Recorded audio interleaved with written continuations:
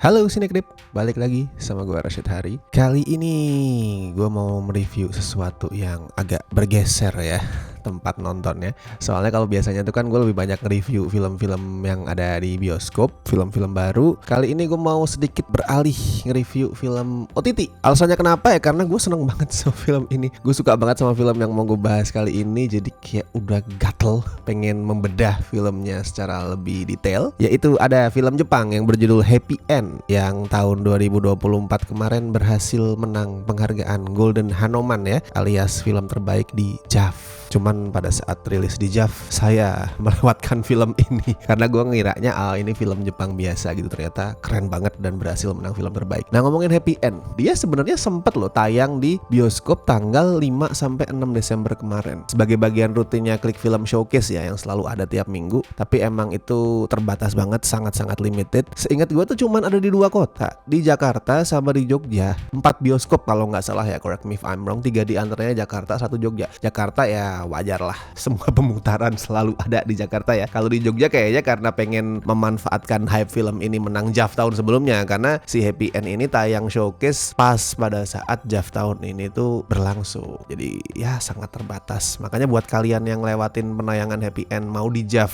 2024 atau di showcase-nya Klik Film kemarin, sekarang bisa nonton lewat OTT streamingan di Klik Film, yang itu sangat-sangat murah guys. Bayarnya cuman 7.000 buat langganan seminggu. That's why Klik Film itu buat gua ya, tanpa harus diminta, tanpa harus dibayar sekalipun, gua akan sangat happy mempromosikan OTT satu ini ya. Murah biayanya tapi bisa kepake untuk nonton film-film yang ya sesuai dengan jargonnya mereka ya, award winning cinema, film-film baru yang menang penghargaan, menang di festival-festival, atau film-film klasik, film-film jadul tuh ada di sana. Jadi silakan dicek. Oke, balik lagi ke Happy End ya. Jadi Happy End ini latarnya adalah di Tokyo. Nggak dijelasin tahunnya tahun berapa sebenarnya, tapi yang jelas tuh beberapa tahun ke depan, masa depan, tapi bukan masa depan yang terlalu jauh, alias near future. Ya simpelnya ini film sci-fi, near future sci-fi. Makanya lu akan nemuin beberapa teknologi yang sekarang di dunia kita ini belum ada, tapi nggak kerasa tuh muluk banget. Misalkan nanti ada tulisan iklan gitu yang melayang di langit seolah kayak dipasang di atas awan, itu kan belum ada sekarang. Tapi kalau kita ngomongin Jepang, gue nggak merasa itu adalah sesuatu yang muluk ya. Bisa banget let's say 5-10 tahun ke depan mereka ngelakuin ilusi visual kayak gitu. Dan di sini protagonisnya adalah 2 murid SMA yang bersahabat, namanya itu Kou dan Yuta. Dan bareng sama 3 temannya yang lain, mereka ini membentuk sebuah kelompok murid rebel yang sering melanggar aturan, sering robos masuk ke sekolahan walaupun udah ditutup, udah dikunci. Sampai di satu titik mereka itu ngeprank kepala sekolah dengan cara yang ya sederhananya WTF banget lah.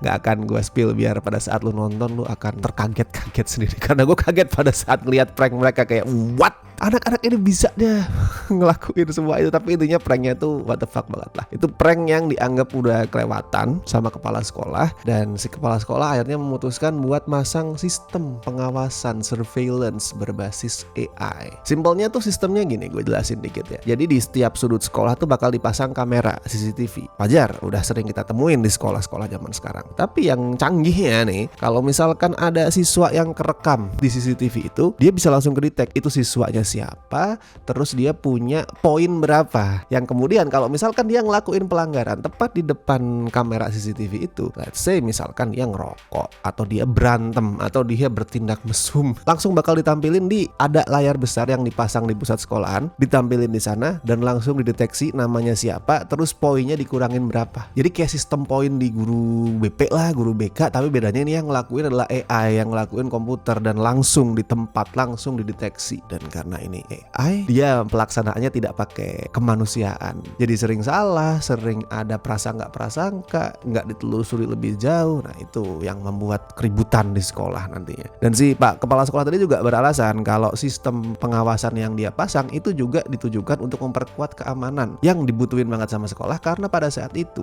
gempa lagi banyak terjadi ya di Jepang. Kayak hampir setiap waktu itu selalu ada gempa ya, tapi di film ini diceritain tuh gempanya lagi parah banget lah, lagi semakin semakin sering dan semakin gede. Nah makanya si kepala sekolah itu ngomong kalau ini keamanan perlu ditingkatkan di tengah gempa, jadi biar murid-murid itu semuanya tidak terancam bahaya, katanya sih kayak gitu.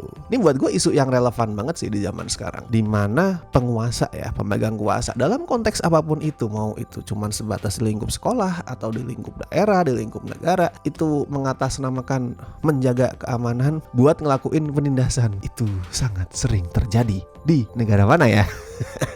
Di Jepang ya menurut film ini. Jadi kayak orang-orang itu ditindas sama penguasa dengan alasan menjaga keamanan sampai akhirnya masyarakat gak lagi punya kebebasan. Ya itu tadi, settingnya emang sekolah, tapi di sini Neo Sora tuh kayak pengen ngelempar kritik ke ranah yang lebih gede lah, ke orang-orang lain, gak cuman di konteks sekolah, ya ke penguasa, terus ke pengusaha yang cuman mikirin profit, terus ke kroni-kroni mereka, ke para penjilat, semua dikritik di film ini. Dan yang menarik adalah ngelihat responnya si Kou dan si Yuta ke masalah itu. Di saat si Yuta tuh kayak peduli setan lah, bodoh amat, dan pengen tetap senang-senang, pengen tetap rebel, pengen tetap nakal, kita bakal ngeliat gimana si Kou itu dalam hatinya mulai tumbuh kesadaran soal isu-isu sosial, isu-isu politik. Terus dia jadi sering ikutan ngumpul sama para aktivis yang lagi diskusi sambil mabok-mabokan tentu saja ya. Apalagi setelah kenalan sama siswi bernama Fumi yang dia taksir, bahkan akhirnya gabung buat demo di jalan. Lu akan ngeliat dua sisi yang berbeda banget dari dua protagonis yang awalnya itu saling bersahabat. Gue kasih tambahan konteks sedikit ya di sini ya, buat ngejelasin kenapa sih Kou itu bisa semarah itu. Ya pastilah semua murid itu kan bakal marah ya kalau diperlakukan semena-mena, kalau dibikin nggak bisa bebas. Tapi Kou ini kok bisa marah banget, kayak ada alasan lain. Dan memang iya, emang ada alasan lain, nggak cuman karena dia ngerasa sekolahnya itu semaunya sendiri. Jadi si Kou itu bukan dalam tanda kutip ya orang Jepang asli. Dia itu keturunan Korea, istilahnya adalah Zainichi Korean. Kalau nggak salah dia itu keturunan Korea generasi ke-3 atau 4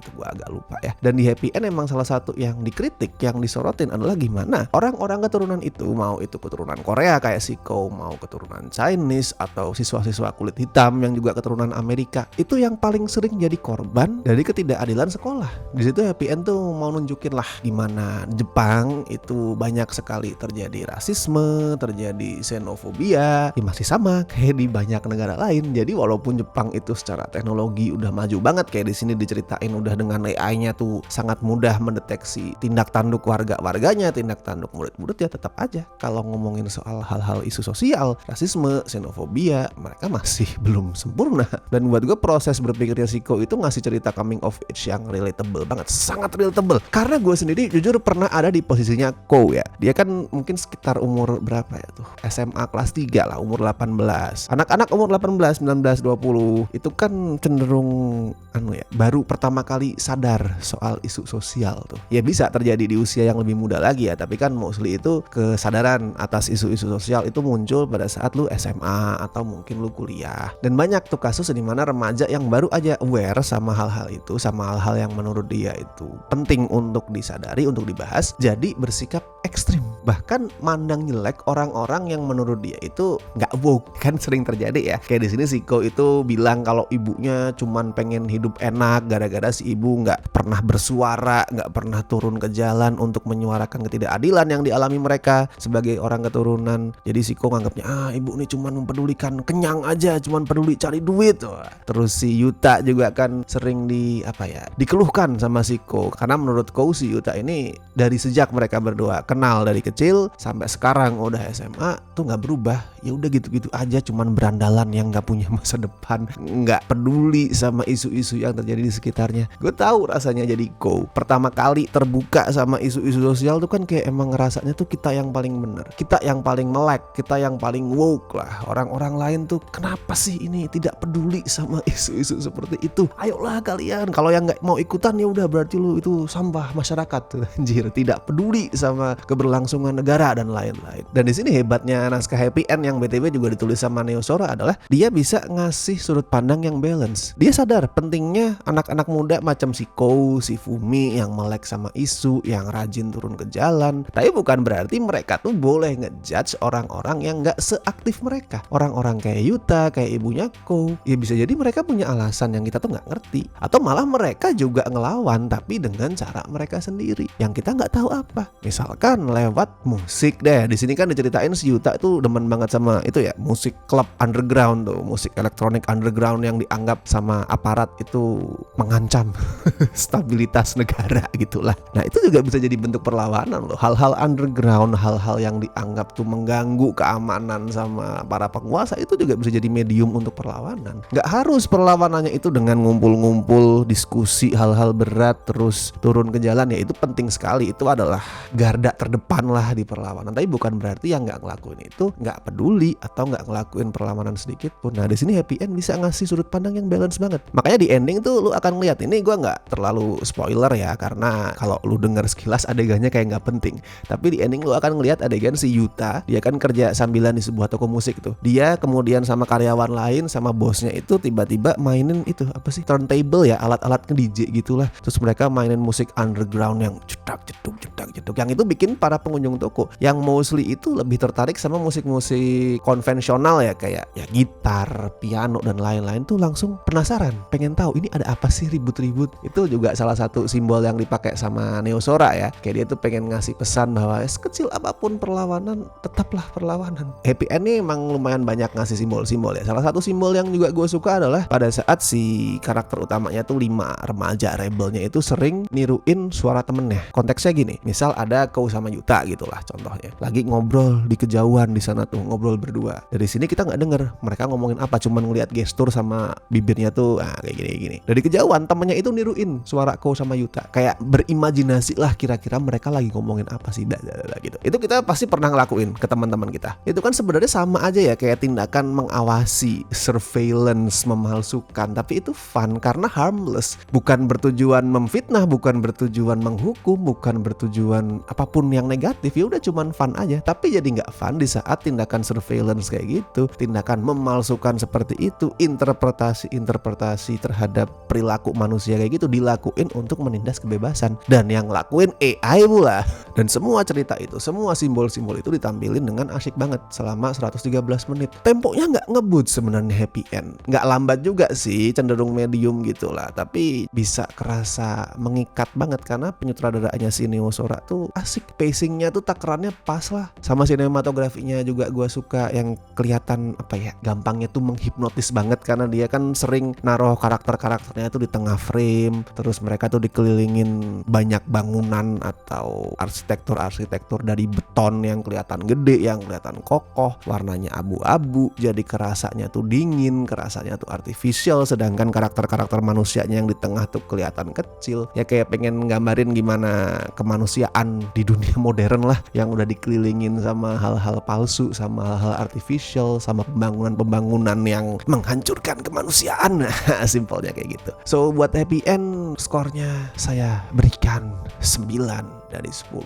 Salah satu film paling keren yang gue tonton tahun ini. Gue baru nonton di Klik Film ya, di streamingan. Waktu itu di JAV gue lewatin, dan itu adalah salah satu penyesalan terbesar gue sepanjang ngikutin JAV. Jadi silakan buat yang pengen nonton, tonton di Klik Film. Sekali lagi murah, langganan 7 hari cuman 7.000 guys. Silakan dicek. Dan buat yang sudah nonton, bagiin juga bisa review kalian soal Happy End di kolom komentar. Atau kalau lu mau ngebagiin juga rekomendasi film-film yang ada di Klik Film juga silakan, bisa dituliskan di kolom komentar. Oh, dan buat yang udah nonton Happy End bisa juga isi reviewnya di scorefilm.com, sudah ada dari zaman JAV tahun lalu. Silakan ramaikan. Dan thank you so much buat teman-teman yang masih setia join membership Cinecrip, terutama beliau berikut ini dari Tier Bestie, La Familia. Thank you so much. Oke, gue Rashid Hari. Sampai ketemu di review-review berikutnya.